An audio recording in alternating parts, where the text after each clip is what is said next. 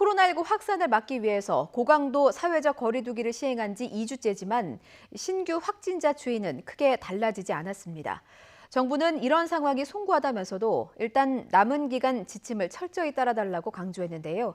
다음 달 5일까지 예정된 고강도 거리 두기 연장 여부에는 여지를 뒀습니다. 이향원 기자가 보도합니다.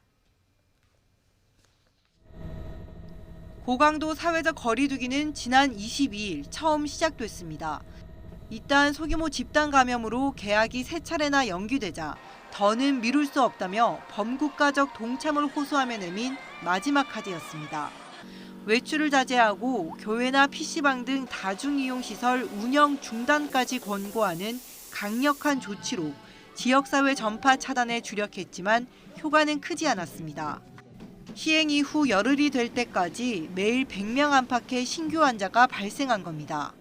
환자 발생을 줄이기 위해 범정부적인 노력을 기울이고 있으나 완연한 감소세를 보이지 못하는 것에 대하여 송구하다는 말씀을 드립니다. 환자 발생이 확연히 줄지 않은 건 고강도 거리 두기 시행 이전에 이미 코로나19가 집단 시설에 전파된 탓입니다. 해외 유입 사례가 계속 늘고 있는 것도 또 다른 요인입니다. 그러나 이 같은 사례를 제외하면 강력한 사회적 거리 두기로 감염원을 알 수 없는 전파를 일정 부분 차단했다는 게 정부 평가입니다. 전파 경로를 잘 모르는 비율 자체가 지난 2주간의 분석을 보면 조금씩 감소를 하는 것처럼 보이는데 그 비율이 한 9% 정도로 어느 정도는 분명히 효과를 거두고 있는 것은 사실입니다. 중요한 건 고강도 사회적 거리 두기가 예정대로 다음 달 5일 끝날지입니다.